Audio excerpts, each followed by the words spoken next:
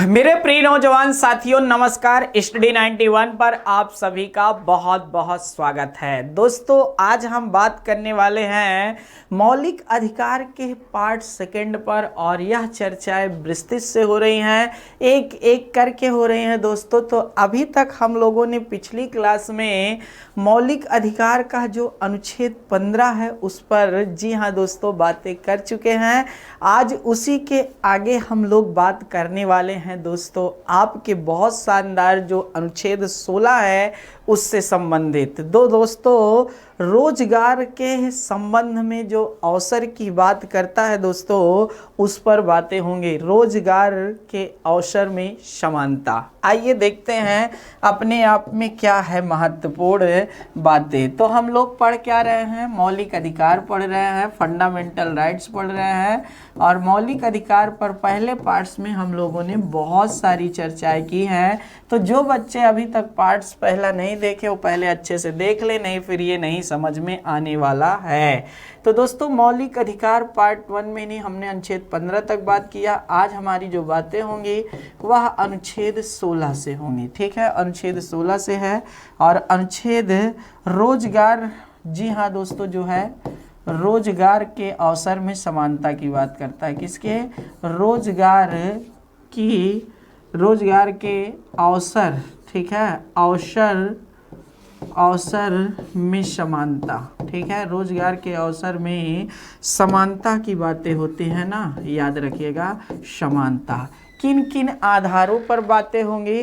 तो दोस्तों याद रखिएगा, जो आधार दिए गए हैं वह आपके कितने आधार हैं? तो आधार आपके नहीं 6 हैं। 1 मिनट बेटा, थोड़ा सा सर आए हैं।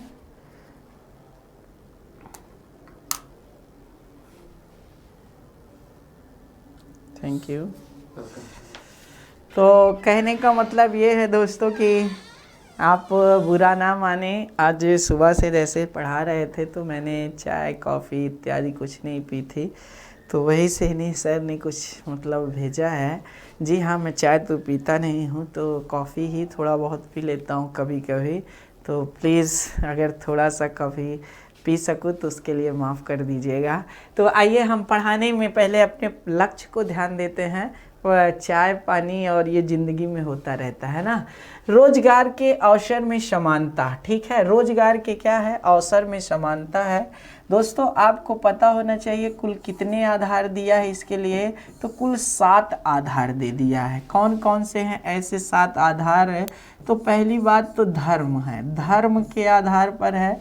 जी हाँ दोस्तों। फिर उसके बाद ही क्या है? जाति है, ठीक है। फिर क्या है? लिंग है। और फिर क्या है दोस्तों? वंश है। और फिर आपका जन्म स्थान है। क्या है? जन्म स्थान। तो आपको पता होना चाहिए ये 5 आधार तो आपके किसमें? अनुच्छेद 15 में ही दिए थे। तो 2 यहाँ पर, 5 ये हैं दोस्तों और 2 अतिरिक्त हैं। एक क्या है? निवास स्थान के आधार पर है। निवास स्थान के आधार पर किसी भी प्रकार का भेदभाव नहीं होगा। और दूसरा जो है दोस्तों, वह किस आधार पर भेदभाव नहीं होगा? दूसरा आधार है आपका उद्भव का आधार, विकास का आधार जिसे कहते हैं। तो दोस्तों, उद्भव आपका किस प्रकार हुआ? क्या नौकरी किए आप? जी हाँ, मजदूरी किए कि गवर्नमेंट जॉब किए कि नौकरी कर रहे हैं, कोई प्राइवेट कर रहे हैं, कुछ बिजनेस कर रहे हैं, आपका विकास कैसे हुआ है इस पर भी आप, जी हाँ दोस्तों, बातें नहीं है। तो मतलब इस पर भी उद्भव के आधार पर, उद्भव के आधार पर दोस्तों, यहाँ पर आप उद्भव के आधार पर सरकारी नौकरी मत रखिएगा, प्राइवेट नौकरी की बात मैं कर रहा हूँ। तो आपका विकास कैसे हुआ है इस पर भी ध्यान नहीं दिया जाएगा। तो यहाँ पर रोजगार के अवसर में समानता की बात कर दिया है। किसमें? रोजगार के अवसर में समानता, अर्थात सबको ध्यान में दिया जाएगा। लेकिन दोस्तों, आपको पता होना चाहिए कि जैसे अनुच्छेद, जी हाँ दोस्तों, 370 जे है, ठीक है। अनुच्छेद 371 जे, अनुच्छेद 371 बी, अनुच्छेद 371 ए, ऐसे नाम आपने सुना होगा। तो अनुच्छेद 371 जे है। अनुच्छेद 371 जे में, जी हाँ दोस्तों, जैसे तमिलनाडु का पार्ट है, आपने देखा होगा तमिलनाडु के पार्ट के ऊपर जो तेलंगाना और कर्नाटक का बॉर्डर लगता है दोस्तों, जहाँ तेलंगाना और किसका, कर्नाटक का, उस पर एक विदर्भ क्षेत्र है। जी हाँ दोस्तों, तो कर्नाटक के राज्यपाल को क्या है, विशेष शक्तियां प्राप्त है कि वह वहाँ के लोगों को क्या कर सकता है दोस्तों, आपको निवास स्थान के आधार पर जॉब दे सकता है, ठीक है। पहला पॉइंट तो ये है। दूसरा पॉइंट क्या है, ध्यान से समझते जाइएगा। दूसरा पॉइंट ये है आपको जानने की कि अनुच्छेद, जी हाँ दोस्तों, 340, ठीक है, अनुच्छेद 340 में इस बात का उल्लेख है कि राष्ट्रपति चाहे तो क्या कर सकते हैं दोस्तों, पिछड़ा वर्ग की स्थिति को जानने के लिए पिछड़ा वर्ग आयोग की स्थापना कर सकते हैं। पिछड़ा आयोग की स्थापना क्या कर सकते हैं दोस्तों, कर सकते हैं। और इसी स्थिति को जानने के लिए कि समाज में कितने उत्कृष्ट लोग हैं, ठीक है, और कितने दोस्तों क्या हैं, आपके इन्हीं कमज़ोर लोग हैं, तो इसी पिछड़े वर्ग की स्थिति को जानने के लिए राष्ट्रपति ने क्या किया भैया, 1953 ईस्वी में पहला आयोग काका कालेकर आयोग गठित होता है। क्या, काका कालेकर, याद रखिएगा ये प्रश्न आया हुआ है। काका कालेकर आयोग गठित होता है, ठीक है। जब काका कालेकर आयोग गठित होता है तो आपको पता होना चाहिए, क्या पता होना चाहिए दोस्तों, इसने अपनी रिपोर्ट जो दी 1955 में दी। कब दी, 1955 में दी। और इस तरह दोस्तों क्या होता है, जो अन्य पिछड़े वर्ग लोगों को नहीं क्या होना चाहिए, एक बहुत बड़ा क्या होना चाहिए, शक्ति दी जानी चाहिए, वह नहीं दे पाए यहाँ पर। तब क्या होता है दोस्तों, सरकार बदलती है। सरकार बदलती है, मोरारजी देसाई की सरकार आती है। कहानी कब की है दोस्तों, 1977 में मोरारजी देसाई की सरकार आती है। मोरारजी देसाई की जब सरकार आती है तो आपको पता होना चाहिए कि इन्हीं की सरकार में, जी हाँ दोस्तों, 1979 को, 1900 क्या है, 79 को नहीं क्या किया जाता है, बीपी मंडल का गठन किया जाता है, मतलब बीपी मंडल आयोग आता है। कौन, बीपी मंडल आयोग आता है। जी हाँ दोस्तों, ये बीपी मंडल को मत भूलिएगा, बहुत शानदार है। जब बीपी मंडल आयोग आता है दोस्तों अन्य पिछड़ा वर्ग की स्थितियों को जानने के लिए, तब यह क्या करता है, 1980, ठीक है, 1980 में ही अपनी ही रिपोर्ट सौंपता है। कब सौंपता है, 1980 में अपनी ही रिपोर्ट सौंपता है। और इसने 3700, ठीक है, 3743 जातियों की पहचान की। 3000, जी हाँ दोस्तों, 743 जातियों की पहचान की, जो सामाजिक और शैक्षणिक आधार पर पिछड़े थे। जो सामाजिक, ठीक है, सामाजिक और आर्थिक रूप से क्या थे दोस्तों, पिछड़े थे। जब आर्थिक रूप से और सामाजिक, शैक्षणिक और सामाजिक, ध्यान से देखिएगा, शैक्षणिक और सामाजिक रूप से क्या थे, पिछड़े थे, तब दोस्तों जो बहुत महत्वपूर्ण बातें निकल करके आती है, याद रखिएगा नहीं। और जनसंख्या का क्या है, एक बहुत बड़ा हिस्सा, लगभग 52% लोग इसमें आते हैं, याद रखिएगा। इसने पूरा रिपोर्ट सौंपी। और याद रखिएगा 27% आरक्षण सरकारी नौकरी में देने की सिफारिश की। 27% आरक्षण देने की सिफारिश की सरकार से। सरकार से क्या बोला कि सरकारी नौकरी जो है आपकी, उसमें सरकारी नौकरी में 27% आरक्षण देनी चाहिए आपको, इनको याद रखिएगा। यह पूरा बीपी मंडल ने रिपोर्ट सौंपी थी, यहाँ से ध्यान दीजिएगा। अब क्या होता है दोस्तों, जब बीपी मंडल ने इतनी बड़ी बात कही कि सामाजिक रूप से और शैक्षणिक रूप से 3743 लोग लगभग क्या है दोस्तों, पीछे हैं, और ये पीछे हैं तो इनको लाने का एक ही है कि अपने सरकारी नौकरियों में अर्थात भैया शिक्षा में, जी हाँ दोस्तों, कहीं ना कहीं क्या कर दीजिए, इनको आरक्षण दे दीजिए। सरकार जी हाँ दोस्तों इंदिरा गांधी की थी, इंदिरा गांधी जी की सरकार ने इसको ध्यान नहीं दिया। अंततः कांग्रेस सरकार चलती आ रही थी और फिर राजीव गांधी की सरकार बनी, राजीव गांधी जी ने भी इसको ध्यान नहीं दिया। अंततः सरकार आती है विश्वनाथ प्रताप सिंह की। जी हाँ दोस्तों, किसकी सरकार आती है, विश्वनाथ प्रताप सिंह, ध्यान से देखिएगा, विश्वनाथ प्रताप सिंह की सरकार आती है। और विश्वनाथ प्रताप सिंह ने क्या किया भैया, बीपी मंडल की सिफारिश को ध्यान में रखते हुए, जी हाँ दोस्तों, 27% का आरक्षण अन्य पिछड़ा वर्ग को दे दिया। किसको, अन्य पिछड़ा वर्ग को दे दिया भैया, याद रखिएगा, पिछड़ा वर्ग को दिया, अन्य पिछड़ा किसको, वर्ग को दिया। कितना दिया, 27% आरक्षण दिया। क्यों दिया 27%, क्योंकि इनकी जनसंख्या सबसे ज़्यादा 52% है। तो इसलिए दोस्तों आपको पता होना चाहिए कि सुप्रीम कोर्ट सीधा सीधा कहा था कि संविधान में 50% से अधिक आरक्षण की व्यवस्था नहीं की जा सकती है आपके शैक्षणिक और सरकारी नौकरियों में। इसलिए आपके इस 50% में आधा जानते ही होंगे कि भैया 25% होता है और 52% था तो 2% और बढ़ेगा, इसलिए पहुंचा 27%। ठीक है, 27% आरक्षण की जो बातें हैं याद रखिएगा दोस्तों, किसके समय लागू हुई, बीपी, जी हाँ दोस्तों, विश्वनाथ प्रताप सिंह के सामने आई, याद रखिएगा।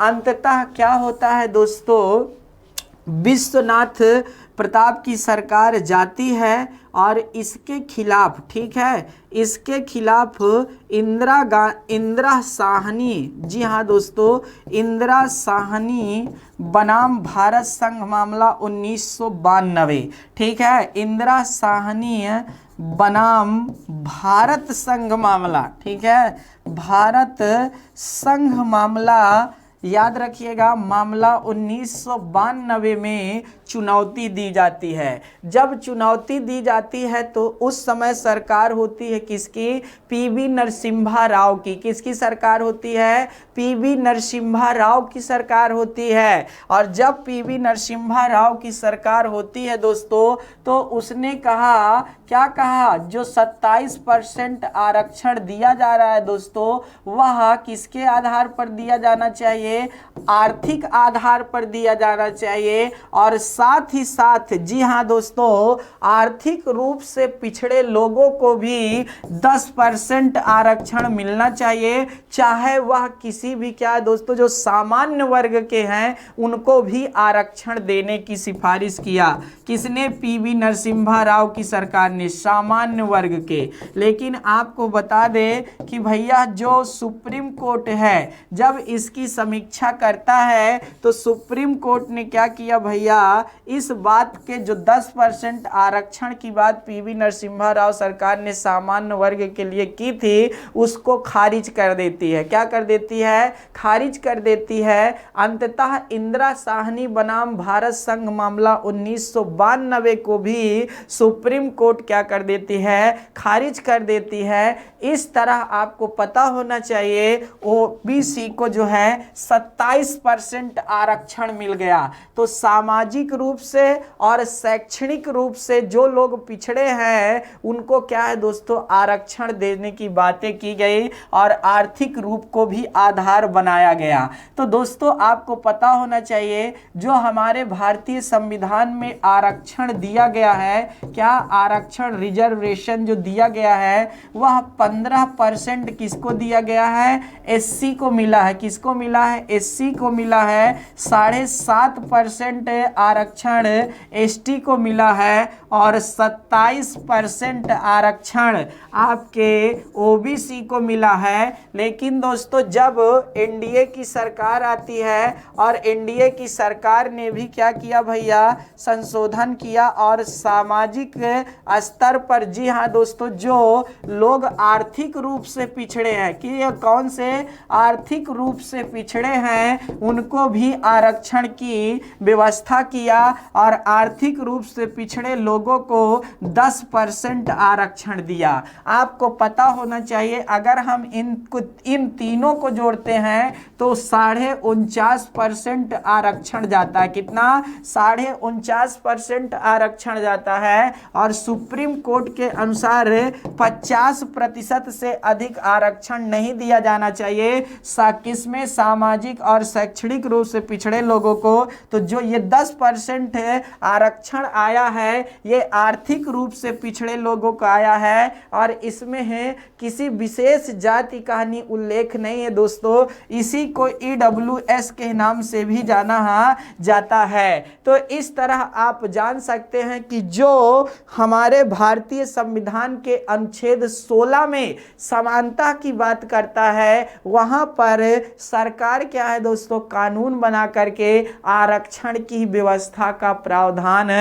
कर सकती है। क्या कर सकती है, आरक्षण की व्यवस्था का प्रावधान कर सकती है। तो ये बातें आपको समझ में आ गई होंगी दोस्तों, अब आप समझ सकते हैं। चलिए आगे बात करते हैं अनुच्छेद किसकी, 17 की। अनुच्छेद 17 क्या कहता है, जी हाँ दोस्तों 17 क्या कहता है। अनुच्छेद 17 सीधा सीधा देखिए, अनुच्छेद 17 में किसकी बातें हैं, तो अनुच्छेद 17 में आप जान लीजिए दोस्तों अस्पृश्यता के अंत की बात की गई है। किसके, अस्पृश्यता, जी हाँ दोस्तों, अस्पृश्यता का मतलब यहाँ किससे है, छुआछूत से है। किससे है, छुआछूत से है। तो जो छुआछूत से है यहाँ पर इस बात को ध्यान देना चाहिए दोस्तों कि देश के अंदर किसी भी प्रकार का जो अस्पृश्यता है, छुआछूत है, वह नहीं होना चाहिए। जी हाँ दोस्तों, छुआछूत से क्या होता है, ऊंच नीच की भावना जागृत होती है,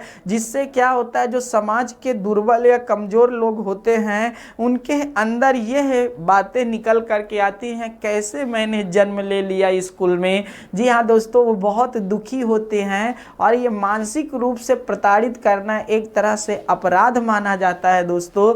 इसलिए छुआछूत की बातें ना की जाए तो ज़्यादा जरूरी है। आज देख रहे हैं दोस्तों हर जगह हर सरकार, आपने देखा होगा कभी नरेंद्र मोदी जी के किसी घर में खाने नज़र दिखे होंगे, कभी अमित शाह जी दिखे होंगे। तो जी हाँ दोस्तों, ये क्या है कि मतलब अब छुआछूत नहीं है। अभी जब पश्चिम बंगाल में चुनाव होने वाला था विधानसभा का तो देखे होंगे कई बार ऐसे। जी हाँ दोस्तों, तो अस्पृश्यता के अंत की बात की गई है। किसके, अस्पृश्यता की अंत की बात की गई है। अस्पृश्यता के उन्मूलन कह सकते हो, यहाँ से उन्मूलन की बात की गई है। उन्मूलन की बात का उल्लेख है मतलब इसमें। तो छुआछूत से दूर रखना है, यह याद रखने वाली बातें हैं, ठीक है ना दोस्तों। और इसी याद रखिएगा छुआछूत को दूर करने के लिए, इसी छुआछूत को दूर करने के लिए भारत सरकार ने 1955 ईस्वी में क्या किया है भैया, नागरिकता, ठीक है, नागरिकता संरक्षण अधिनियम बनाया है। नागरिकता संरक्षण, जी हाँ दोस्तों, कानून बनाया है कि जिससे रोका जाए, ठीक है। नागरिकता संरक्षण नागरिकता अधिकार संरक्षण अधिनियम इसे बोला जाता है। नागरिकता अधिकार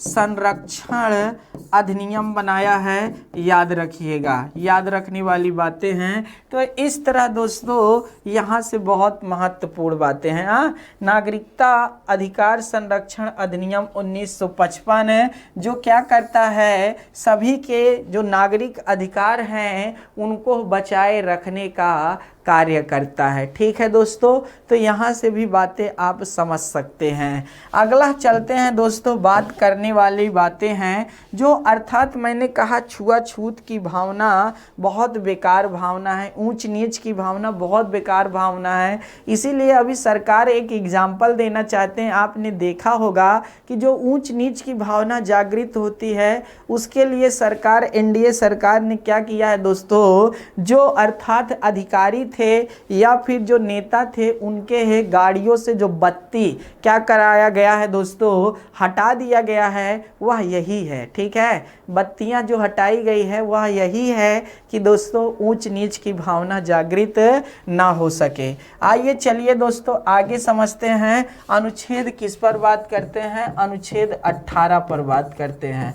अनुच्छेद 18 क्या कहता है? अनुच्छेद 18 आपको जानना चाहिए दोस्तों, बहुत शानदार बातें करता है। क्या करता है अनुच्छेद 18? यहाँ समझने की बातें हैं। ठीक है, याद रखिएगा। नहीं,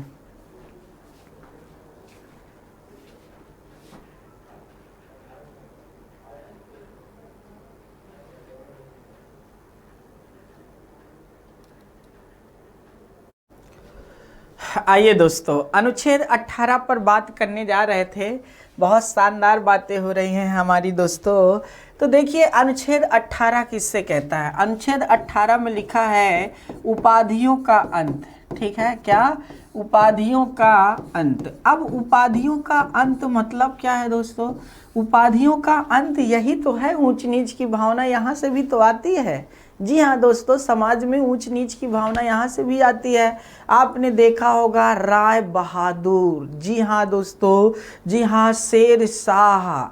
ठीक है, बहुत बड़ी बड़ी उपाधियाँ क्या होती है दोस्तों, नाइटहुड। जी हाँ दोस्तों, ऐसी बहुत उपाधियों का नाम आपने सुना होगा। और बाद में जब ब्रिटिश सरकार थी उस समय तो दोस्तों आपने बहुत सारी उपाधि देश के बड़े बड़ी महान हस्तियों को भी प्राप्त थी।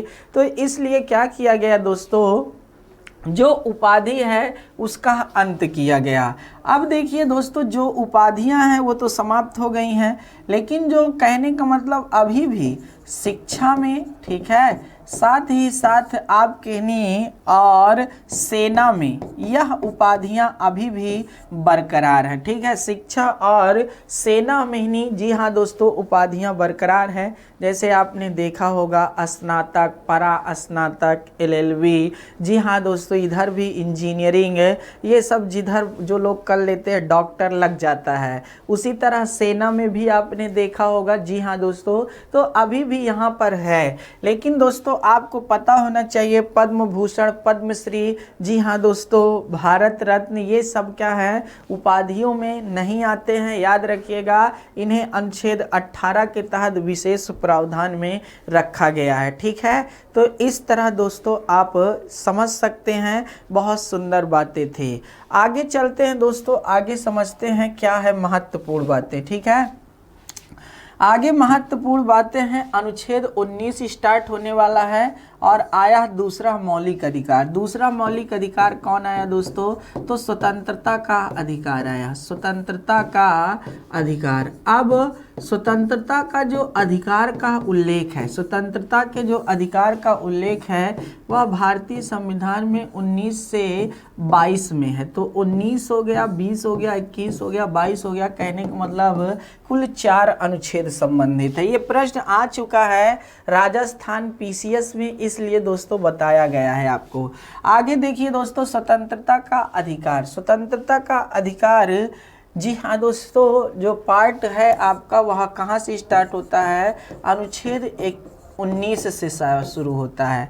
अनुच्छेद 19 में क्या है दोस्तों, यहाँ पर 2 बातें की गई हैं। एक है अनुच्छेद 19 की धारा 1। जी हाँ दोस्तों, इसमें क्या है, 6 प्रकार की स्वतंत्रताएं प्राप्त है। 6 प्रकार की क्या है, स्वतंत्रता प्राप्त है। 6 प्रकार की स्वतंत्रता की बात की गई है। किसकी, स्वतंत्रता की बात की गई है, याद रखिएगा नहीं दोस्तों। तो ये वाली विंदी नहीं होगी, याद रखिएगा, वो वाली है। तो स्वतंत्रता में 6 प्रकार की बातें की गई हैं। जी हाँ दोस्तों, तो वहीं भारतीय संविधान के अनुच्छेद, जी हाँ दोस्तों, 19 की धारा 2 से लेकर के 6 तक में प्रतिबंध भी है। जो ऊपर याद रखना दोस्तों स्वतंत्रताएं दी जा रही हैं, प्रतिबंध, ठीक है, प्रतिबंध भी लगाया गया।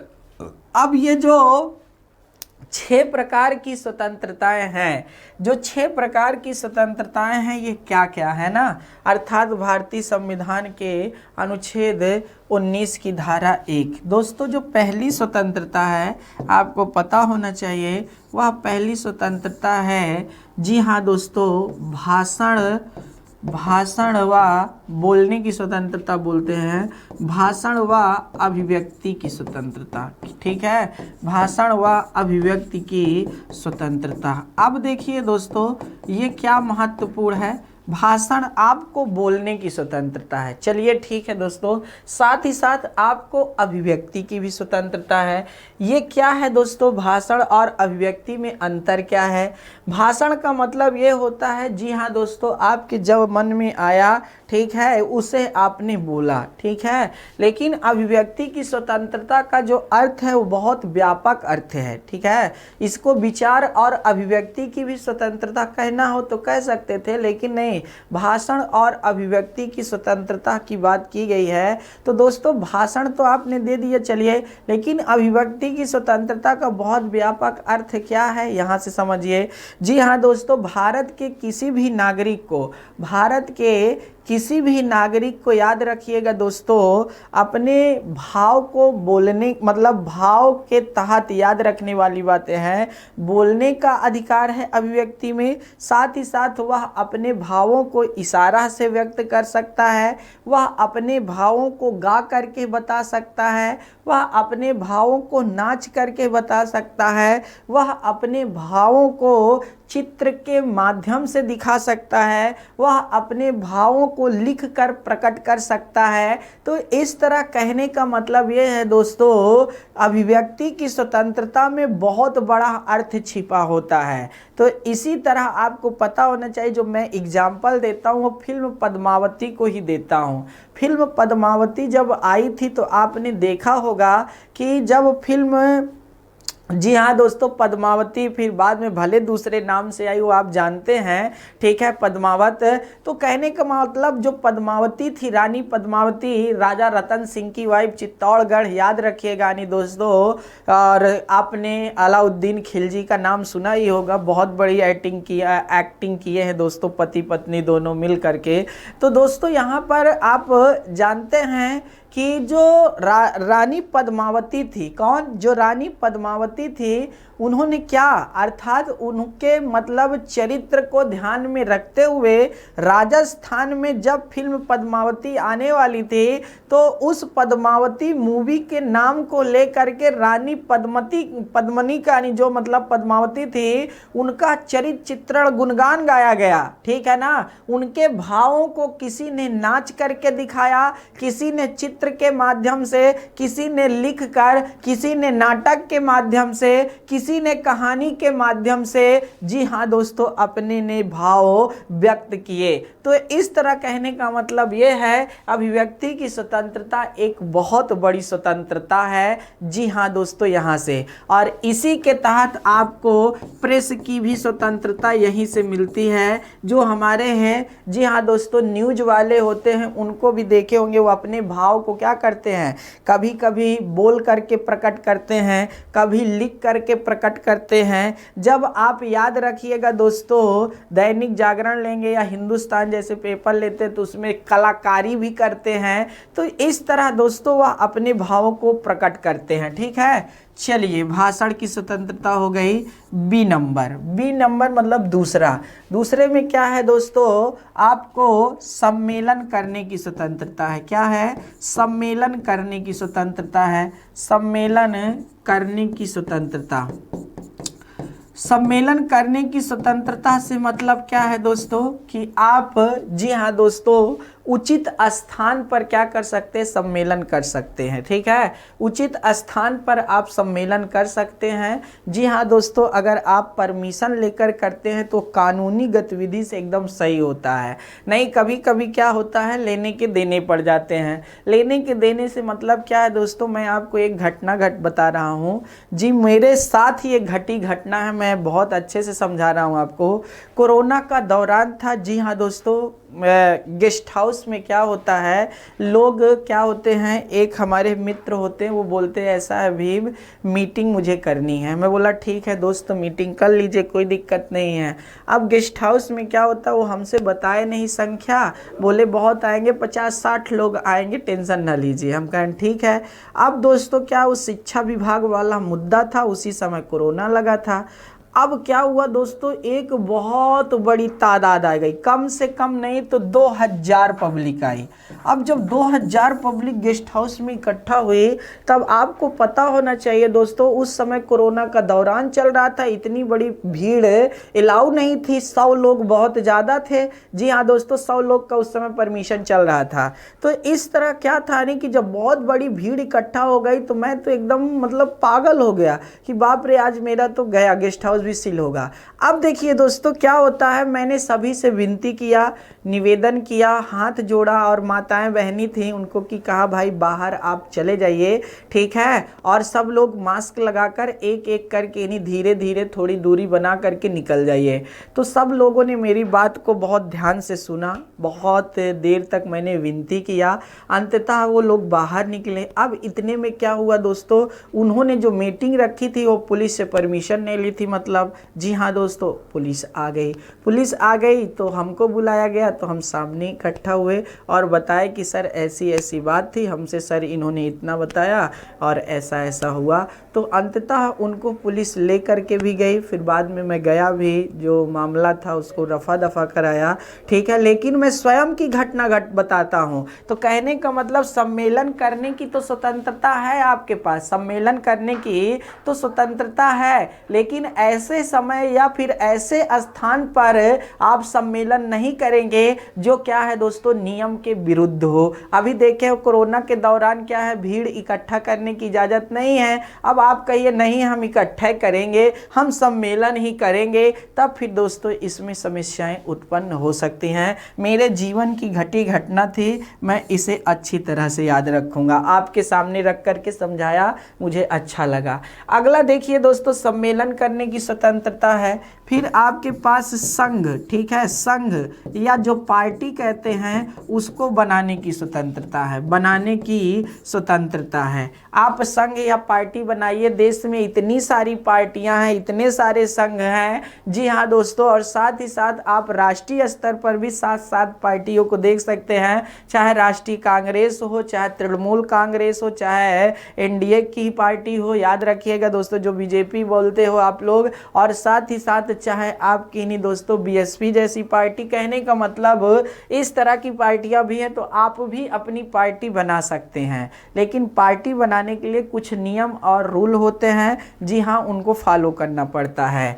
फिर अगला क्या है दोस्तों, डी नंबर, ठीक है। डी नंबर में आप कहीं आ जा सकते हैं, मतलब क्या कर सकते हैं दोस्तों, आप भारत के अंदर आवागमन कर सकते हैं, आवागमन कर सकते हैं, आवागमन कर सकते हैं मतलब आ जा सकते हैं, ठीक है, कर सकते हैं। अब ये नहीं कि दोस्तों कहीं पर रोक लगे कि नहीं उधर जाना मना है, खतरा है, अब आप कहिए हमको वहीं जाना है, तो काहे जाओगे भाई, मरना है क्या? और मरने का अधिकार हमारे संविधान में मिला नहीं है, आपको पता होना चाहिए दोस्तों, तो वहाँ पर आपको रोक लिया जाएगा, ठीक है। फिर दोस्तों ई नंबर, ई नंबर क्या है दोस्तों, आवागमन कर सकते हैं, चलिए ठीक है। अगला है दोस्तों, आप जब आवागमन करेंगे तो कहीं ना कहीं निवास करेंगे, तो निवास करने की स्वतंत्रता है, किसकी है, निवास करने की स्वतंत्रता है, मतलब रहने की स्वतंत्रता है, ठीक है, रहने की स्वतंत्रता है आपके पास, आप रह सकते हैं।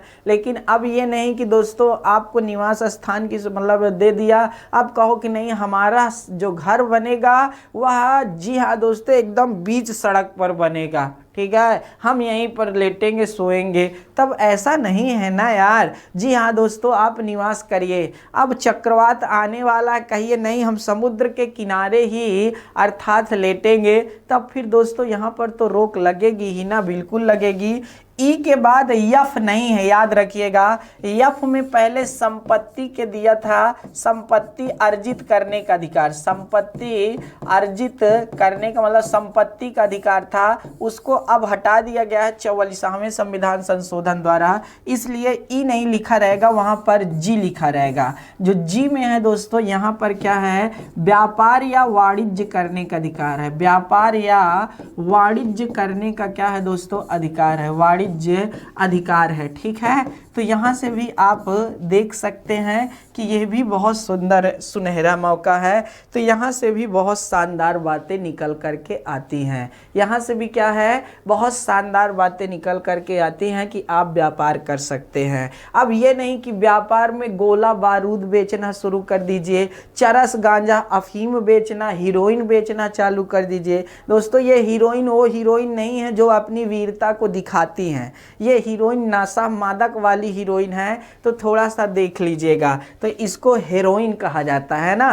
तो इस तरह दोस्तों आप रोक लगी है। तो ये था आपका नहीं दोस्तों स्वतंत्रता से बातें। अब देखिए याद कैसे किया जाता है, अब याद कैसे किया जाता है इसको देखिए, जो मैंने ट्रिक बनाया है उसको देख लीजिए दोस्तों। अगर आपको याद हो जाए तो मुझे एक बार थैंक यू जरूर बोल दीजिएगा, ठीक है दोस्तों। क्या है, ओ सॉरी, थैंक यू नहीं बोलिएगा, ठीक है, मतलब थैंक यू नहीं बोलिएगा, कहने का मतलब ये है कि आप अपने मम्मी पापा के लिए अच्छा कार्य करेंगे, ये वादा करना होगा, ठीक है दोस्तों। क्या है, भाषण व अभिव्यक्ति की स्वतंत्रता क्या होता है, मान लीजिए आप ही हैं, अभी देख रहे हैं सरकार 2-3 सालों से लगभग वैकेंसी नहीं आई है, ठीक है, 2-3 सालों से कोई बड़ी वैकेंसी नहीं आई है, रोक लगी है। जी हाँ दोस्तों, तो क्या हुआ, आप जब सरकार पढ़ाई कर रहे हो, अब आपकी जो एज है वो गुजरती चली जा रही है, ओवर एज में पहुंच रहे हो, तो क्या होगा दोस्तों, आप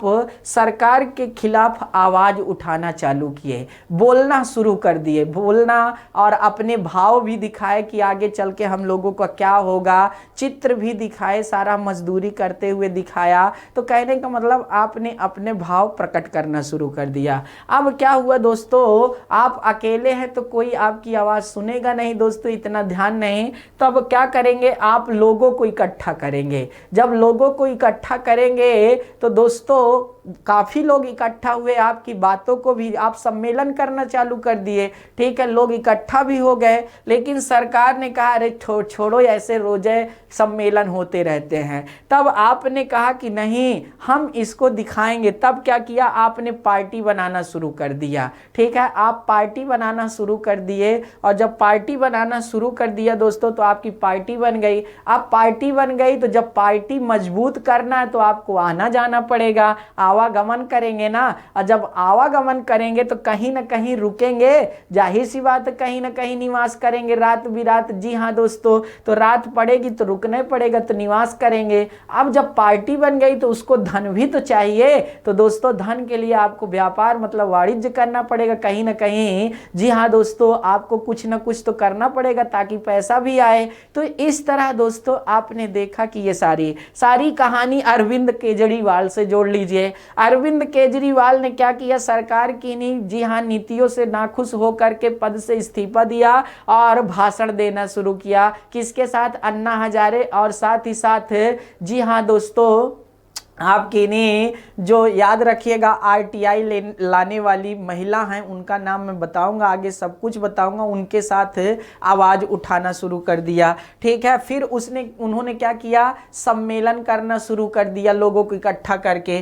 फिर क्या किया, उन्होंने पार्टी बना दी, आम आदमी पार्टी। पार्टी बनाने के बाद वह कभी पंजाब गए तो कभी उत्तर प्रदेश से चुनाव लड़े, तो कभी दोस्तों उत्तर प्रदेश आए, मतलब अलग अलग, ठीक है। फिर निवास करने लगे कहाँ, दिल्ली में मुख्यमंत्री बन के, और एनजीओ भी चालू कर दिया परिवर्तन नामक। तो इस तरह दोस्तों आप यहाँ से भी देख सकते हैं। तो इन सारी स्वतंत्रताओं पर तभी प्रतिबंध लगता है जब क्या है दोस्तों, वह संविधान के विपरीत कार्य करते हैं। संविधान के क्या है, विपरीत। अब आपको बोलने की स्वतंत्रता है, ये नहीं कि आप किसी को अभद्र भाषा, किसी को धमकी भरी भाषा, ठीक है, ऐसे भाषाओं का यूज आप नहीं कर सकते हैं, ठीक है, रोक भी लगी है। तो इस तरह आपने देखा भारतीय संविधान का अनुच्छेद 19, ठीक है, भारतीय संविधान का अनुच्छेद 19। देखिए दोस्तों, आपको बता दे, ये जितनी भी स्वतंत्रता आपको मिली हैं, इन स्वतंत्रताओं से देश की ना तो एकता, ना तो अखंडता, और ना ही साथ में याद रखना दोस्तों सुरक्षा, इन तीनों पर किसी भी प्रकार का प्रभाव नहीं पड़ना चाहिए। नहीं, आपकी जो ये स्वतंत्रताएं मिली हैं, इन पर प्रतिबंध लगा दी जाएंगी, रोक दी जाएंगी। तो यहाँ से भी बातें आप समझ सकते हैं दोस्तों, बहुत शानदार बातें थी। आइए चलते हैं दोस्तों, अगला अनुच्छेद बात करते हैं। अनुच्छेद नंबर है 20, ठीक है। अनुच्छेद कौन सा है दोस्तों, अनुच्छेद 20 है। अनुच्छेद 20 में क्या है दोस्तों, आपको पता होना चाहिए दोस्तों, अपराध के लिए दोष सिद्ध के संबंध में संरक्षण। अपराध के लिए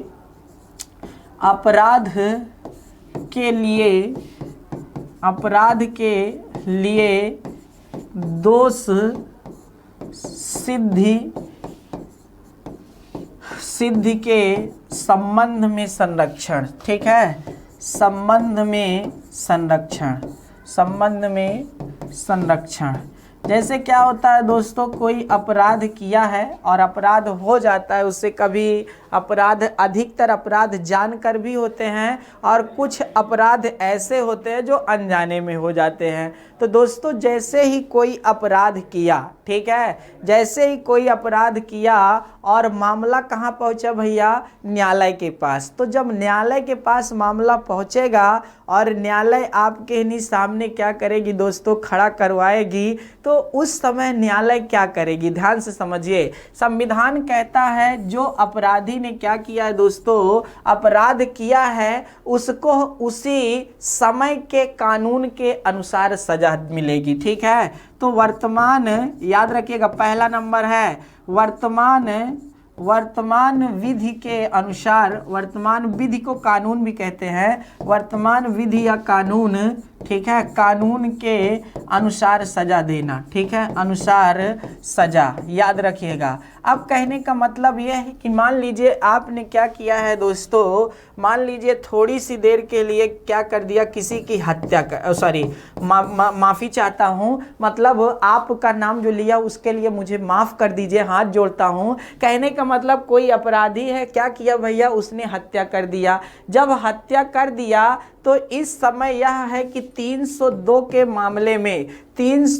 मामले में क्या होगा दोस्तों, आजीवन कारावास की सजा है। क्या है, आजीवन कारावास की सजा है। अब क्या हुआ दोस्तों, आजीवन कारावास आपने मतलब जो अपराधी है उसने अपराध कब किया, तो कोई भी डेट ले लीजिए, मान लीजिए 15 क्या है दोस्तों, 15 मार्च को कर दिया, ठीक है, 15 मार्च को मान लीजिए कर दीजिए, ये 2021 की घटना, ठीक है। और 15 मार्च को क्या है दोस्तों, जो हत्या का क्या है दोस्तों, एक दंड है, वह आजीवन कारावास है। क्या है, आजीवन कारावास है। तो क्या है, इस अपराधी को आजीवन कारावास मिलेगा। अब क्या हुआ, सरकार चल रही थी दोस्तों, उसने क्या करवाया, अक्टूबर में एक नया कानून लाया, अक्टूबर 2021 में एक कानून और लाया कि दोस्तों क्या है, आजीवन कारावास कुछ कम है, ठीक है। अब क्या है, जब कोई हत्या करेगा तो उसे फांसी की सजा दी जाएगी। क्या दी जाएगी, फांसी की सजा दी जाएगी। इतनी बड़ी सजा है नहीं दोस्तों, लेकिन ध्यान दीजिएगा, कई मामले बनते हैं इसमें, कैसे अपराध किया है उस आधार पर फांसी मिलती है, ऐसे नहीं होता है, याद रखिएगा। अब फांसी की सजा हो गई, तो इसका मतलब ये नहीं है, जी हाँ दोस्तों, कि जो बंदा 15 मार्च 2021 को अपराध किया है उसको आगे कानून बना कि अब फांसी दी जाएगी, तो इस बंदे को फांसी नहीं दी जाएगी, कतई नहीं दी जाएगी। जो इसके बाद का मतलब जो कानून बना अक्टूबर 2021 में, जब इसके बाद कोई अपराध करेगा तब उसे क्या हो जाएगी दोस्तों, फांसी की सजा दी जाएगी हत्या के जुर्म में। बातें समझ में आई? तो कहने का मतलब वर्तमान जो कानून है, अगर वर्तमान कानून आजीवन कारावास है तो सिर्फ और सिर्फ आजीवन कारावास ही दिया जाएगा। बातें समझ में आ गई होंगी, ठीक है ना दोस्तों। अगला क्या है दोस्तों, एक अपराध के लिए एक ही सजा। एक अपराध के लिए एक ही सजा, एक ही सजा। जी हाँ दोस्तों, एक अपराध के लिए एक ही सजा, कहने का मतलब दोहरी सजा का प्रावधान नहीं है, दोहरी सजा का प्रावधान नहीं है। तो इस तरह आप यहाँ से भी देख सकते हैं, इसलिए यहाँ से भी आप देख सकते हैं। और इसके लिए जो सबसे महत्वपूर्ण हमारा जी हाँ दोस्तों एग्जाम्पल होता है, वह राजीव गांधी हत्याकांड होता है। ध्यान से समझिए, राजीव हत्याकांड, राजीव गांधी जी, ठीक है, राजीव गांधी हत्याकांड क्या होता है दोस्तों, राजीव गांधी हत्या, जी हाँ दोस्तों, कांड आपको पता होना चाहिए। 21 मई 1991 को, 21 मई, ठीक है, 21 मई 1991 को राजीव गांधी जी की हत्या की जाती है, लिट्टे समुदाय का, ठीक है ना दोस्तों। मामला क्या होता है, सेशनल कोर्ट पर जाता है मद्रास में, और सेशनल कोर्ट ने, जी हाँ दोस्तों, इनको फांसी की सजा सुना दी। फिर मामला क्या होता है, अर्थात हाई कोर्ट में जाता है, हाई कोर्ट भी क्या करता है दोस्तों, इनको फांसी की सजा सुना देता है। फिर मामला कहां पहुंचता है दोस्तों, आपको पता होना चाहिए, सुप्रीम कोर्ट में पहुंचता है, ठीक है। कब, 1998 में हाई कोर्ट के निर्णय के बाद, और सुप्रीम कोर्ट ने भी क्या कर दिया, इनको फांसी की सजा दे दी। क्या दे दी, फांसी की सजा दे दी। आपको पता होना चाहिए 2004 में फांसी की सजा इनको बरकरार रखी, और मामला फिर ये लोग अपील करते हैं किसके पास, राष्ट्रपति के पास अपील करते हैं। अंततः राष्ट्रपति 2011 में, राष्ट्रपति 2011 में क्या करते हैं दोस्तों, इस निर्णय को बरकरार रखते हुए जितने भी अपराधी बचे हुए थे उनको फांसी की सजा देने का, जी हाँ दोस्तों, आदेश देते हैं। और जब फांसी देने का आदेश देते हैं तो आपको पता होना चाहिए जो इनका वकील था वह फिर से मद्रास हाई कोर्ट मतलब पहुंचा और कहा कि हमारे अपराधियों पर दोहरा क्या है दोस्तों, क्या है, अपराध का मुकदमा लगाया गया है। तो पूछा गया भाई कैसे अपराध का दोहरा मामला फिट हो रहा है, हम तो एक ही अपराध के लिए एक ही सजा दे रहे हैं, आप दोहरी सजा कैसे बता रहे हैं। तब उन्होंने क्या कहा कि देखिए दोस्तों क्या है, 1991 की घटना है। चलिए दोस्तों ये सारी प्रक्रिया तो मैं मानता हूं कि एक लंबे समय तक चली, 2004 तक, ये चलिए ठीक है, लेकिन एक बंदे को मतलब जो राष्ट्रपति जी हैं, एक व्यक्ति को हाँ और ना करने में 7 वर्ष लग गए। कितने लग गए, 7 वर्ष लग गए। तब आप बताइए जो हमारे क्या है, मुवक्किल हैं, जो हमारे क्या हैं दोस्तों, आपके नहीं एक तरह से नहीं, हमारे जो भैया मुवक्किल ही बोला जाता है,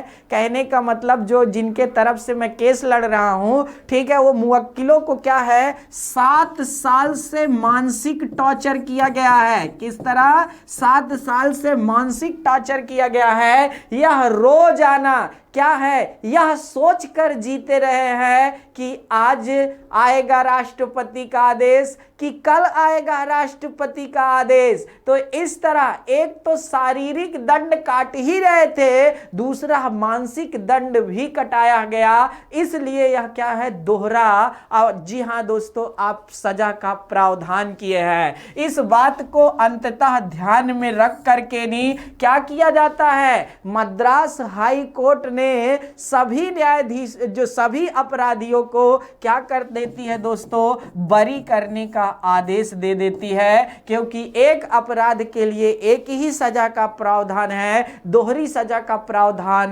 नहीं है। इस तरह दोस्तों अब आप कह सकते हैं सर तो ये तो सबके साथ हो सकता है, सबके साथ यहां तक ठीक है, सेशनल कोर्ट, हाई कोर्ट, जी हां दोस्तों सुप्रीम कोर्ट तक ठीक है, लेकिन जो उसके बाद राष्ट्रपति एक लंबा समय लिए यह गलत है। जी हां दोस्तों 7 साल थोड़ा का समय नहीं होता, 6 महीना, 10 महीना, 1 साल बहुत होता है, साल भर नहीं है दोस्तों, 7 साल की घटना है। इसलिए फिर आपको पता होना चाहिए, हाथ खड़े करने पड़े और अपराधियों को क्या किया गया दोस्तों, छोड़ा गया। ये सारी कहानी है। तो एक अपराध के लिए एक ही सजा का प्रावधान है। आगे देखिए दोस्तों, आगे क्या है, तीसरा पॉइंट है, ये दोहरा पॉइंट था।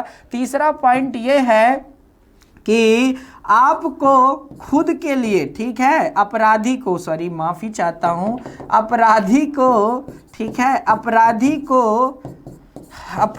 को खुद के, ठीक है, खुद के लिए गवाही देने के लिए, ठीक है, गवाही देने के लिए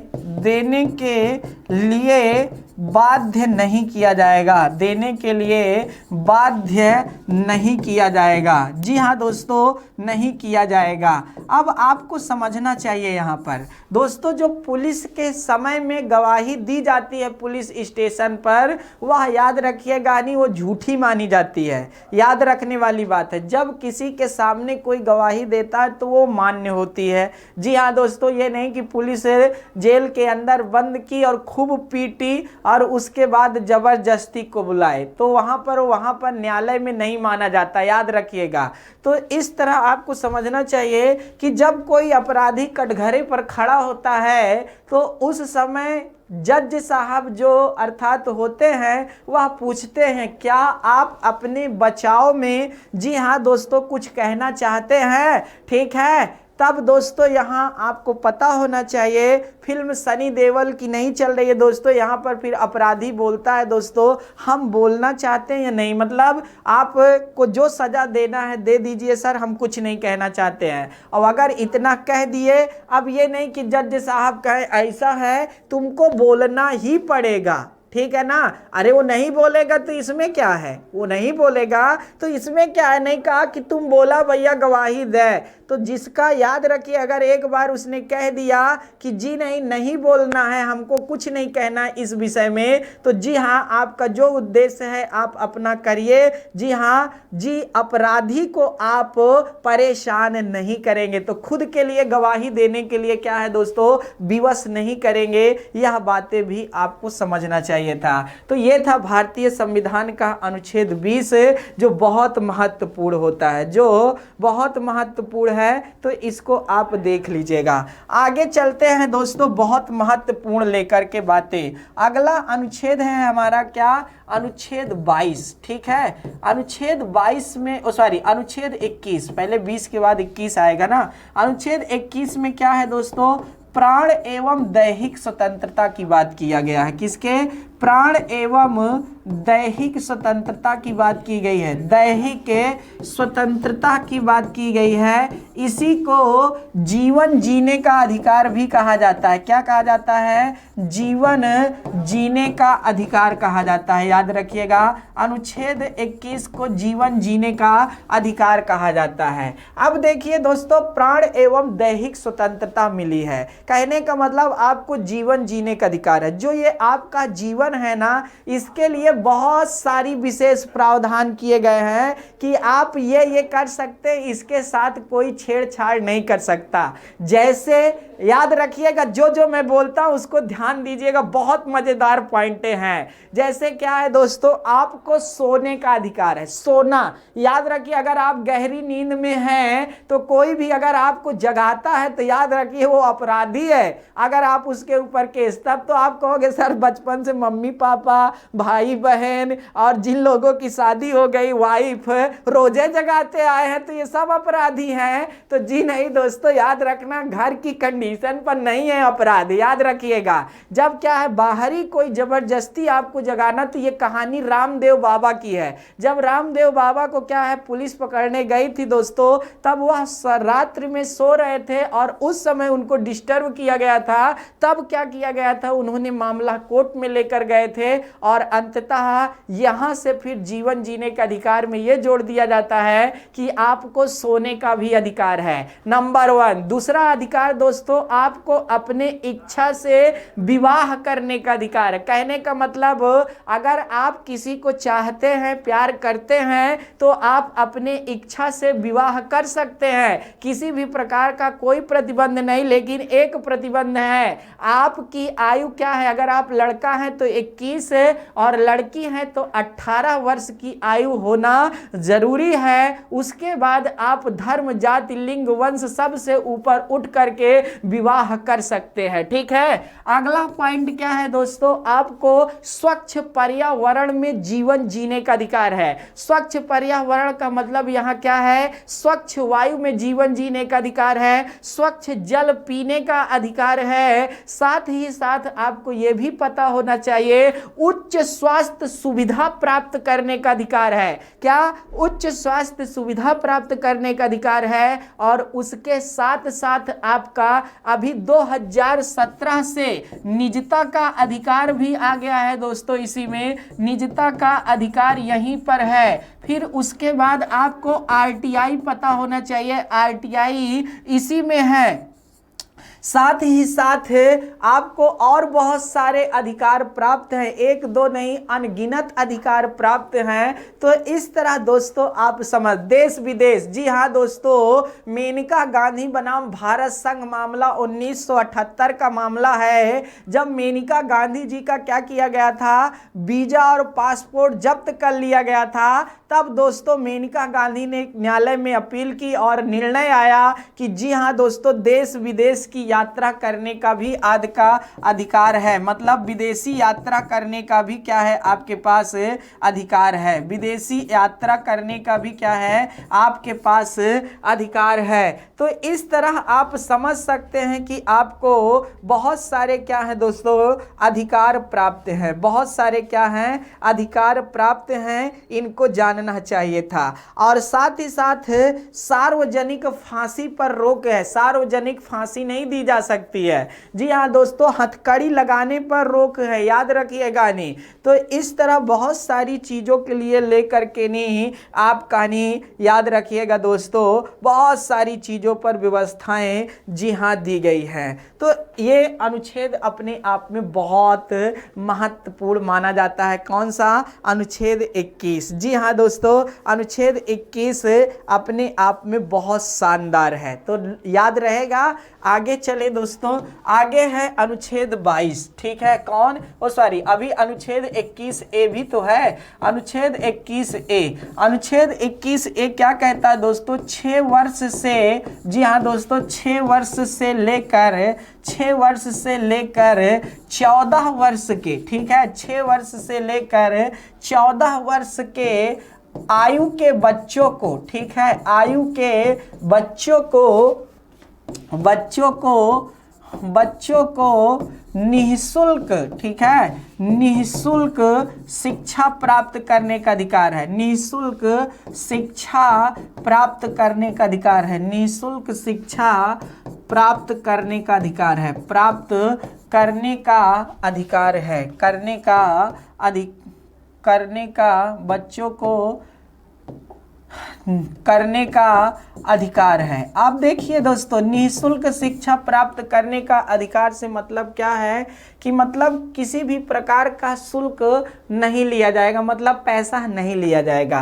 पहले यह प्रावधान नहीं था मौलिक अधिकार में, पहले यह उल्लेख अनुच्छेद 45 में था। इसी बात का सीधा सीधा उल्लेख अनुच्छेद 45 में था और अनुच्छेद 45 डीपीएसपी से संबंधित था, राज्य के नीति निर्देशक तत्व से संबंधित था। लेकिन 86वां संविधान संशोधन होता है, 86वां संविधान संशोधन होता है। 86वां संविधान संशोधन होता है। कब होता है दोस्तों? तो 86वां संविधान संशोधन होता है 2002 में। कब होता है? 2002 में। जी हाँ दोस्तों, MN वेंकट चलैया समिति बनती है। कब बनती है? MN, इसको चलैया समिति भी कहा जाता है। क्या कहा जाता है? चलैया समिति भी कहा जाता है। कब बनती है? 2000 में। किसके समय में बनती है? अटल बिहारी वाजपेयी के समय में बनती है। और याद रखिएगा दोस्तों, जब यह समिति बनती है तो किसके लिए बनती है? संविधान की समीक्षा करने के लिए बनती है। संविधान की समीक्षा करने के लिए बनती है। तो एक बहुत बड़ा पार्ट यह भी देखती है कि हमारे देश के जो नवयुवक बच्चे हैं वो शिक्षा से दूर जा रहे हैं। तो इसका कारण है दोस्तों देश के, जी हाँ दोस्तों, गरीबी। देश में गरीबी। तब उन्होंने कहा कि गरीब बच्चों की जो शिक्षा दीक्षा दूर हो रही है, ये कारण एक ये है कि शिक्षा को मौलिक अधिकार में नहीं शामिल किया गया है। तब अटल बिहारी वाजपेयी के समय में 86वां संविधान संशोधन होता है 2002 में। और इसी के तहत भारतीय संविधान में अनुच्छेद 21A जोड़ा जाता है, जिसके तहत 6 वर्ष से 14 वर्ष के आयु के बच्चों को, अर्थात निःशुल्क शिक्षा, कहने का मतलब 1 से लेकर के 8 तक की शिक्षा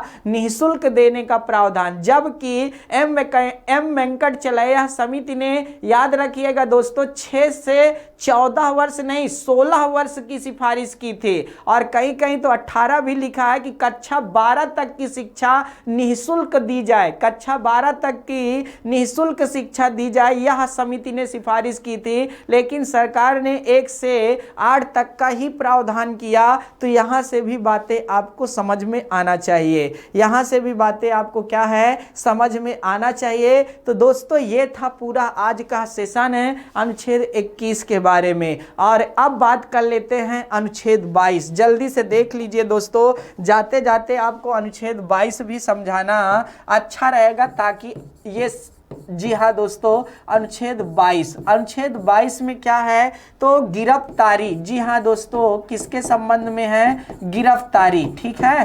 गिरफ्तारी याद रखिएगा दोस्तों, संबंधी संरक्षण। गिरफ्तारी के संबंध में संरक्षण। गिरफ्तारी के संबंध में संरक्षण। अब देखिए दोस्तों, गिरफ्तारी के संबंध में संरक्षण का मतलब क्या है? गिरफ्तारी, देखिए थोड़ा सा यहां मिलान कर लीजिएगा। अनुच्छेद 20 क्या कहता है?